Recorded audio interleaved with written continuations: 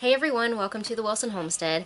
So I'm really excited about today's video. This is going to be the first official vegetable garden tour of 2021. I have so many new varieties that I'm trying out this year, and I'm so excited to share all of them with you. All of my seeds have started coming up, so there's actually something to look at down there. But before we head down to the vegetable garden, I want to take you over to the perennial garden and share something very, very pretty with you that's going on over there. I just wanted to bring you up to the perennial garden and show you this Sweet William. I mean, it is looking so pretty right now. And also over here, there's some growing up in this heuchera, and that is a really stunning color combination right there. Love it.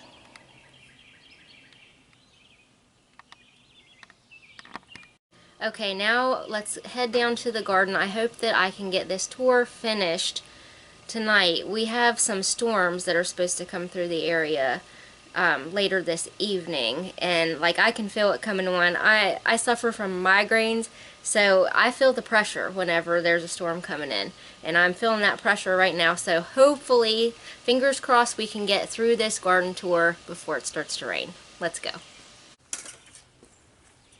Alright, here we are. See, lots of green things everywhere. I don't even know where to start. Let's start over here where I have the garlic planted.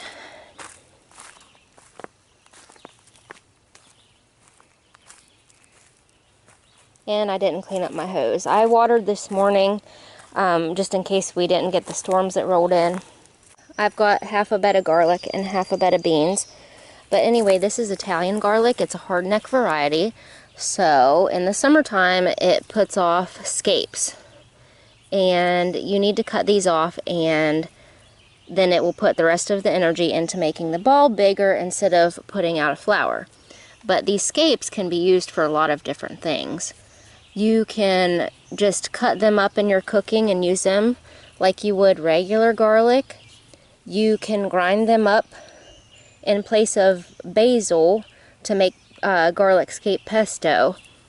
But my favorite way to use these is to cut them and then cut them in half long ways and dehydrate them, and you can make garlic scape powder, which you can basically use like garlic powder, and it's really good. So that is going to be coming up like in the next day or two. These are getting ridiculous. I usually am on this before they get this bad, but that will be a job for tomorrow. While we're down here by the garlic, I just want to give you a look at my grapevines. These are Concord grapes, and I'm going to have to tame them back a little bit. Look at, they're grabbing hold of my garlic. So that's not allowed, grapevines. But we're lucky this year that the cold weather didn't take any of the fruit out. Oh, let me see if I can get in here so you can see. We've got grape clusters forming everywhere. So this will be a grape jelly year. The rest of this bed is Blue Lake bush beans, one of my favorite bush beans ever. But I've had some birds messing around over here with these beans, so I might have to replant some of them. But bush beans are really forgiving. Like, if they don't come up or something takes them out, they only take like, I think 55, 60 days to produce, so you can just pop seeds in where you need to, and everything will be just fine. Here at the end of this bed, I planted some flowers. I have some cosmos and some zinnias. These are called envy zinnias, and they have a green bloom on them. And then I have Summer Dreams cosmos, which are a pink color. So I can't wait until I got all kinds of beautiful flowers. This next bed is Jade bush beans. And for some reason, none of them germinated in this spot right here. So I'm going to have to replant those. And then I have a couple bell peppers right here. They were extras. I've got a California Wonder and King of the North. This one's actually a golden California Wonder, so it will be yellow whenever it gets ripe. And then here I have my beautiful strawberry plant. It has put off a lot of berries this year, but I've only got to eat a few because I think the birds are getting these too. But there's still a lot more berries on there, so maybe the birds will decide to share with me at some point in time. Okay, I have a tomato bed right here, and I'm trying some new things this year. I'm trying to maximize my space and to keep weeds down. So the more things that you have planted, the less chance there are of weeds coming up. So I have flowers, I think, in most of the corners of every bed. Even some of the whole ends are flowers. And then in this bed, with these tomatoes, I grew a whole bunch of carrots on both sides. They're short and sweet carrots. They're coming up pretty good. I need to come through and thin them out, of course. And also I have a lot of work to do to these tomato plants, because once they start growing pretty big, like look, you can see that these are starting to put on buds. And I usually like to keep, like, from here down, no leaves or anything whatsoever. That just helps keep blight down. And so these really need to be tied up, and they need to be trimmed and groomed on quite a bit. That needs to happen in the next day or two. But anyway, the varieties that I have in here, I have 2 Paul Robesons, which are looking really good. I have 2 mortgage lifters. And then these are a potato leaf variety. You can see the difference in the leaves between the mortgage lifter and then this is a hillbilly. But you can see those pretty potato leaves. I have 3 of those here. The last 3 tomatoes that I have here are Amish paste tomatoes. I've never grown this variety before, but it comes highly recommended from a lot of people. And it seems like a really vigorous plant. This, I think, is one of the tallest plants that I have in my garden right now. But again, it needs tied up, trimmed, all that stuff. You'll see later in the tour that I have some tomato plants that are actually laying over because I haven't had the chance to tie them up yet. Okay, next bed, I have some pretty marigolds here. These are called, these aren't really what I was expecting. These are called Lumia Vanilla. So I was expecting more of a muted cream color than this bright yellow, but bright yellow is what I got. So, but they're still pretty.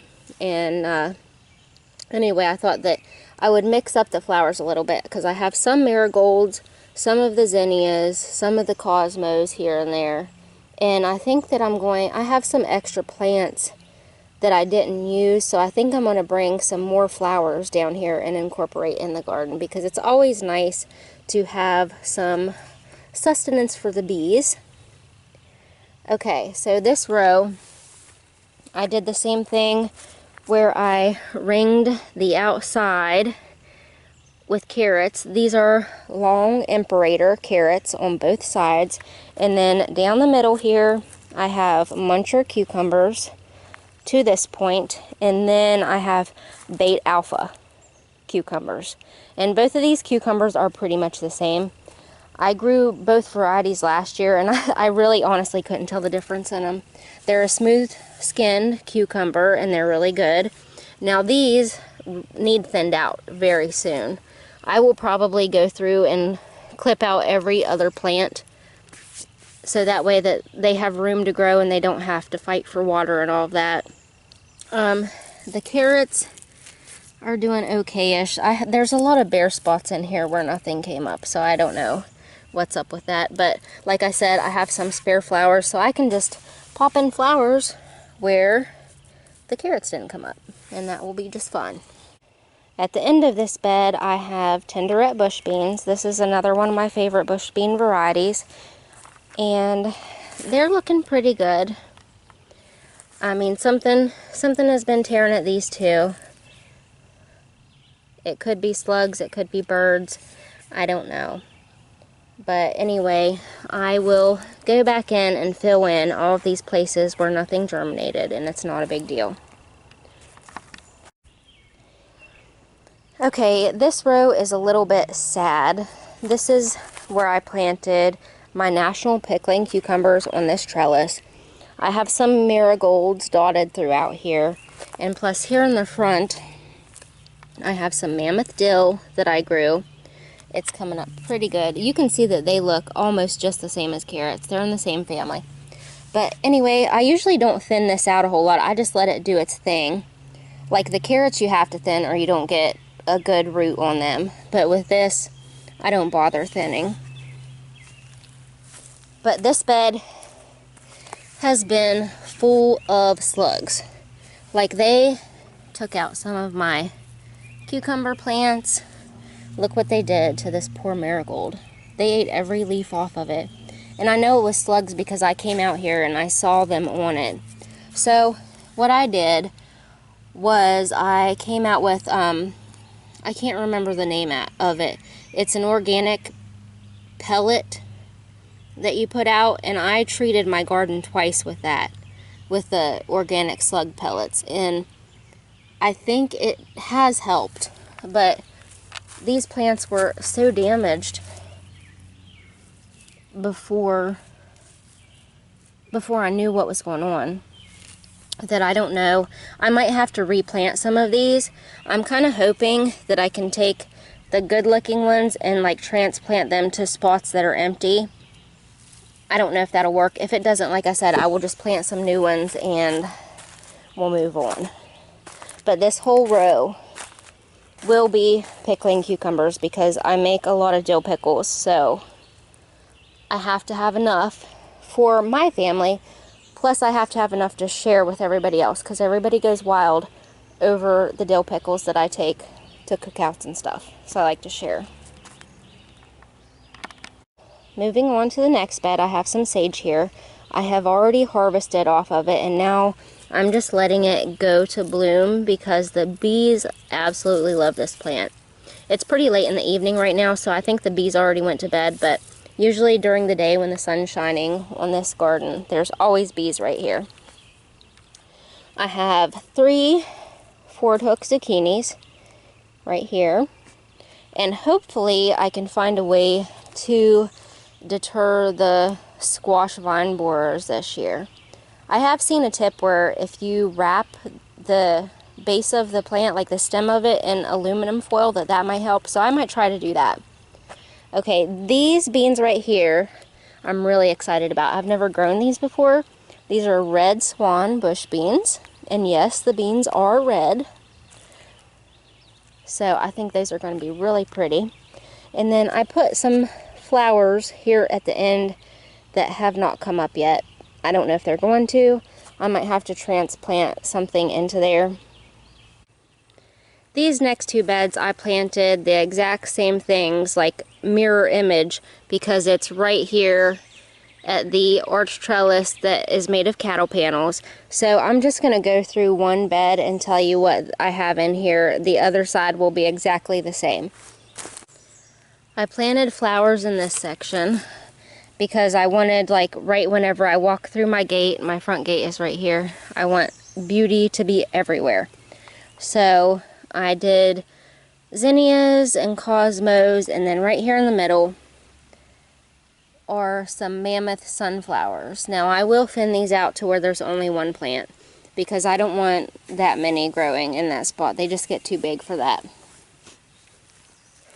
And moving on along here, these outer 2 rows of beans, and then this row until it meets the trellis, are pencil pod beans.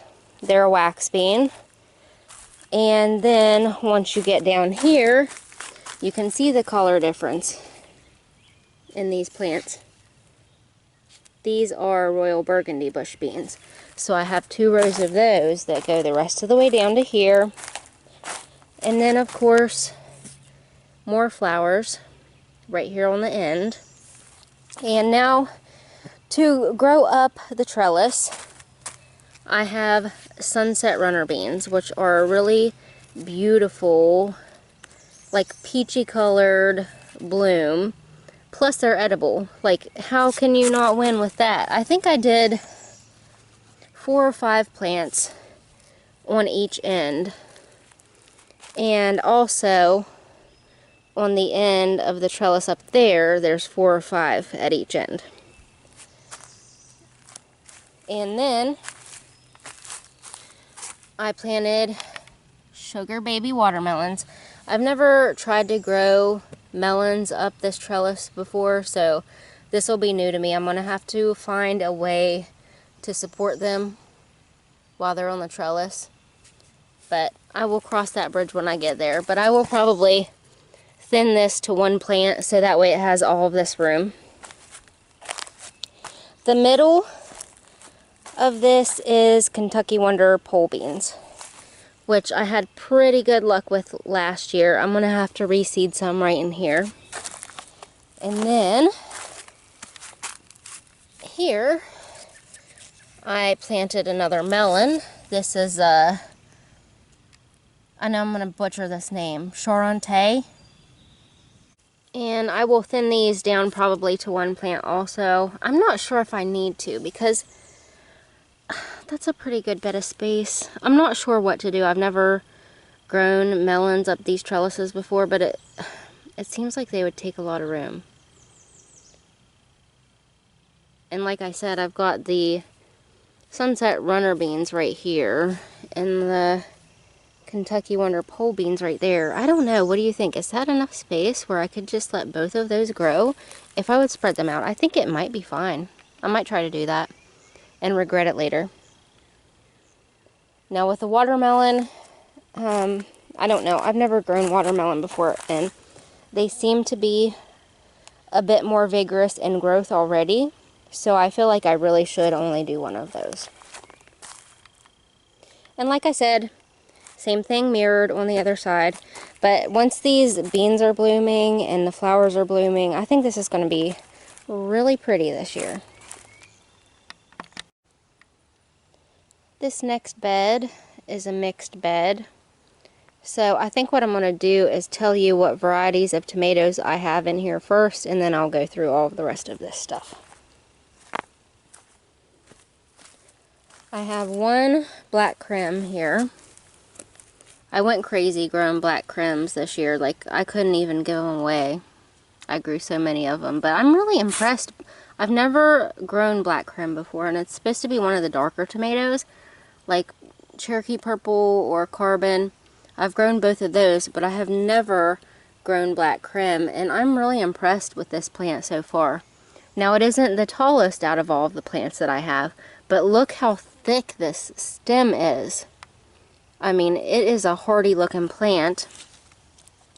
I mean, it doesn't even flop over like some of my other plants are just flopping over at this point because they need tied up so bad.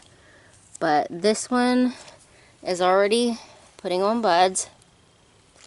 And I mean, it's a nice plant. Look how healthy it looks. And here I have 1, 2, 3 triple crop tomatoes, which is a red tomato, just like a red slicer. And I've heard that you can get some pretty big tomatoes off of these, but the plants just don't seem that vigorous, and they have some damage on the leaves, so we'll see what they do. I'll give them a chance. But they're also the I guess you would call that potato leaf variety too. Next I have 2 purple Bumblebee plants. One is struggling a little, but it's starting to catch up, and this one's doing pretty good. I've grown Sunrise Bumblebee before, and that was I can't remember if it was orange or yellow, but it was really good, so I thought, well, I'm going to try the purple one next. And down here, spaced out very far from each other, are 2 Juliet plants, because I know that they get massive. So I wanted to give them a whole bunch of room just to go crazy down here at the end of this bed. And these are probably the biggest out of all the plants that I have right now. These and the Amish paste are going crazy.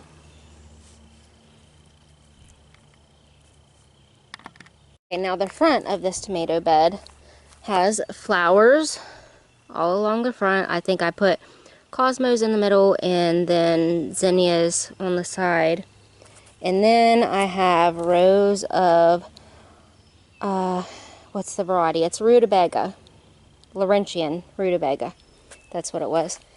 And I planted a bunch of those. This is my first time growing Rutabaga. I've never even eaten one before, so this will be a learning experience. I might not even like them. I might have to give them all away. But I planted a whole bunch of them clear down to, let's see, here. And then I have golden Detroit beets. There's one right there. And here's a couple right here. I've really had to learn. I've never grown beets before either, so I'm like trying to figure out what's a weed. Like that's a weed right there that needs to go. And so I have a few rows of those. And then this last end of the bed, I have Detroit dark red beets. And they're a little bit easier to tell what they are because they have that dark red stem. But I haven't went through and thinned these yet. And I don't know if I will, because I don't know if you guys have ever heard of Charles Dowding before, but he multi-sows his beets and they still do okay. So maybe I can just leave them in these little clumps everywhere and they'll do fine. But also I know for a fact that if you do that with carrots, then you get like terrible carrots. So I'm torn about what to do. Okay, I have another mixed tomato bed here. So like before, I will go over the tomatoes first. I've got 1, 2, 3 black cherries, which is currently my favorite cherry tomato. I have 2 white cherries. I have 2 Berries Crazy cherries. And then I have 3 blue cream berries. I've never tried blue cream berries. I have never tried Berries Crazy cherry. And I've never tried white cherry. So I'm excited to have all of these different kinds in here. And also, of course, I've got some marigolds up here, some basil, and then I have 2 rows of carrots beside of this bed. Well, not beside, but on the side, I guess you would say. These are Scarlet Nance, however you say it. That's what they are. And did I plant a different kind on the other side? I don't think so. I think everything in this bed is Scarlet Nance. This is also another bed of carrots plus a humongous sage plant. Like, I cannot believe I planted this last year from just a little start. And the last time I gave you a look at this bed, I had 1 plant here and 1 plant here. And I said nobody needs that much sage. So I ripped that one out and kept this one. I mean, it is massive. And it's blooming. Let's see, these are buds, but there is a bloom opened up over here. Look how gorgeous that is. And the bees love them. So, ooh, I don't know. How big is this going to be next year? Somebody tell me. I've never grown it before, so I don't know if this is going to end up taking over my whole garden or what is going to happen here. But anyway, I did because this was a lot smaller the last time you've seen it, so you know that I wasn't expecting all of this. But anyway, I planted some zinnias and cosmos in here, so hopefully those can stick out and be beautiful. And then this first row of carrots all the way down are scarlet knots. This other row over here, let's see, are Danvers all the way down. And then I think I have two other kinds in here. I need to look at the labels. Okay, this row all the way down is Long Imperator. Now let's look at this side.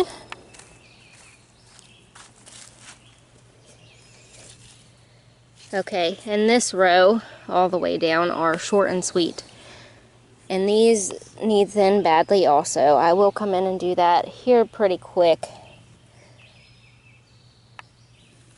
Like, some places aren't too bad, but then, like, I must have got pretty lazy right there and dropped a whole bunch. Okay, next bed I have a pineapple ground cherry, which I will go ahead and show you that I have another one right over here.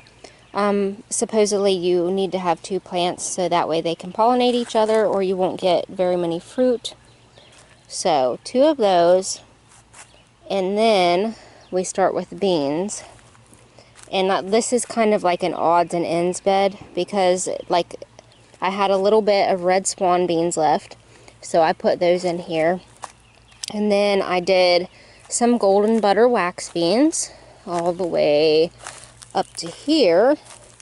And then I put in some Jade bush beans. And then here at the end, again, more flowers, which I don't see any flowers coming up. Okay, this is the last of the tomato beds, and I have 3 black crims up here, and this one did flop a little bit. It needs tied up, but it's already opening blooms, which is awesome.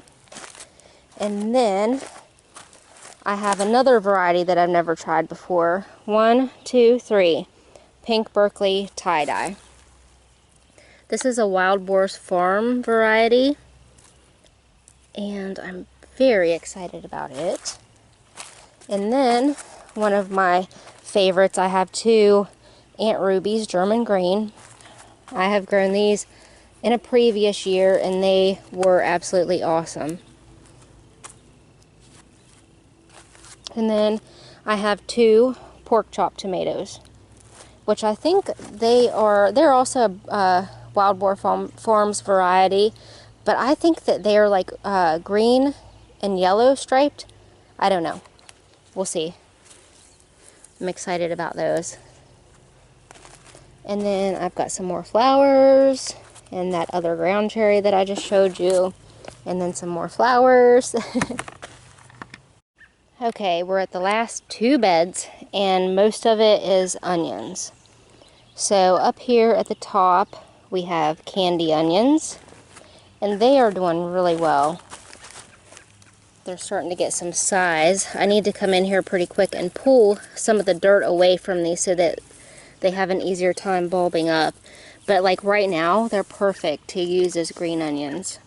Like my husband likes to come down here right before dinner and pick a few of these and take them up and have them with his meal. And I don't know if you can tell, but these are like pretty straight growing, and then we get to the Zabroon Shallots, and they are just floppy. I don't recall if this was normal for them in previous years, but they're just so floppy compared to everything else that I'm growing. Now down here at the end of this bed, just at the very end, you can see where the growth habit changes right here. These are Patterson Onions. And the Patterson Onions continue the rest of the way down to here in this other bed. And then I planted some zinnias or cosmos or something in the middle there, and then put 2 marigolds here. I have 3 sweet banana peppers here that are almost ready to pick, actually. I could probably go ahead and pick a few of these. They're looking good. And then the next ones are King of the North, which they have been suffering a little bit of bug damage here, but I think they'll probably grow out of it. The plants got pretty stressed out in their small containers before I got them out into the garden, but they're pretty much all producing peppers at this point. And let's see here, these are more King of the North, and these are Golden California Wonder bell peppers. And again, already producing pretty good.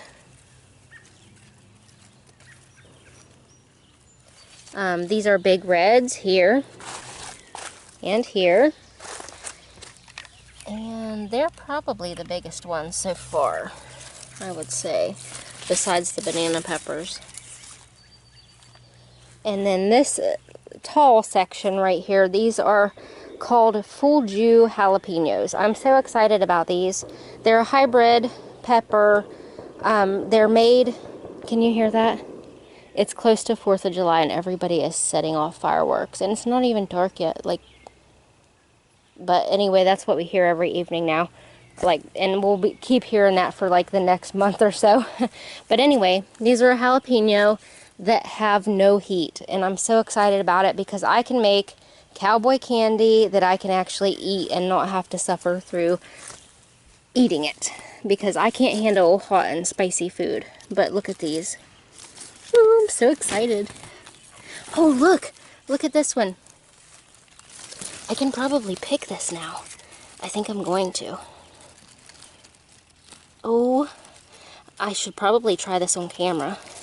Oh, I need some shears. Okay, I got it without hurting the plant. Look at that! Oh, I'm so excited about this. I think I will try it on camera, but we'll take it up to the porch and try it instead of doing it down here in the garden. Let's see if there's any more. Those aren't quite big enough to pick yet. But they're getting there. Oh my goodness. They're producing so much already. Okay, this last section right here, these are a paprika pepper, a Hungarian paprika pepper. And I know that I said the name of it wrong last year in my videos. And I know I say the names of a lot of things completely wrong. But I think that I looked it up how to say it, and then I can't remember now how to say it. So I'm going to try my best. I think it's called Fahir Ozon. I'll put the name up on the screen so that way you can see it for yourself. But anyway, I thought it would be really cool to be able to grow my own paprika. Like you grow these peppers and then you dehydrate them and then you grind them into paprika powder. But last year, I did not have very good luck with these peppers. You can see that they kind of have a growth habit where the peppers stick out beyond the foliage. And they got sunburnt. As soon as they started getting ripe, they got sunburnt and then they rotted. So, I'm hoping that this year I'll have a little bit better luck because I put them down here at the end of the garden bed that gets a little bit more shade in the afternoon. So hopefully that helps. But this year, if I do see them getting sun scald on them, I will pull them and I'll go ahead and chop them up and just put them in the freezer and use them as sweet peppers. But I really hope that I can get some of these to ripen and make into paprika powder. Okay, we made it through all of the garden beds, so now I think we should go up on the porch and try this full Jew jalapeno. I'm really excited to try this, and let's just keep our fingers crossed that the seed company didn't get their seeds mixed up and this doesn't turn out to be hot, because if so, you guys will be in for quite a show, because I'm a big baby whenever it comes to spicy things. So let's go up there and do that. Okay, here we go. Full Jew jalapeno. I got the seeds from Seeds and Such, and I never ordered from that company before, so should I trust them? Are they trustworthy? I'm going to take an actual bite out of this instead of just nipping the end of it, so I really hope I really hope these seeds are right. Okay, let's just do it. Pull the Band-Aid off.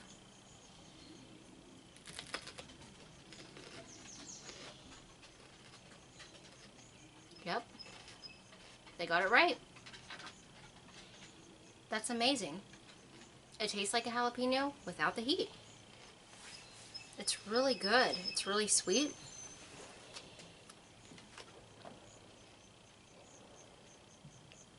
Yeah, I'm not disappointed at all. This is going to make awesome cowboy candy. One more bite, just to be sure, because I didn't get to any seeds. Yep. Good all the way through. Now I know if I saved the seeds out of this, it wouldn't come true to seed, and it might actually end up being hot, because if you save the seeds from hybrid plants, like I would get a pepper, I'm sure, but it might revert back to the genetics of the parent plants, which means it might be hot and spicy, and I don't want that. So I will probably just order these again next year. And I think that Baker Creek actually has a variety called Jalapeno, and it might actually be a stable variety that you can save seed from. So I might even try that next year. But so far, this is a winner. I'm really excited about it. Alright guys, that does it for this video. I hope you enjoyed it, and I hope to see you next time here on the Wilson Homestead. Bye guys.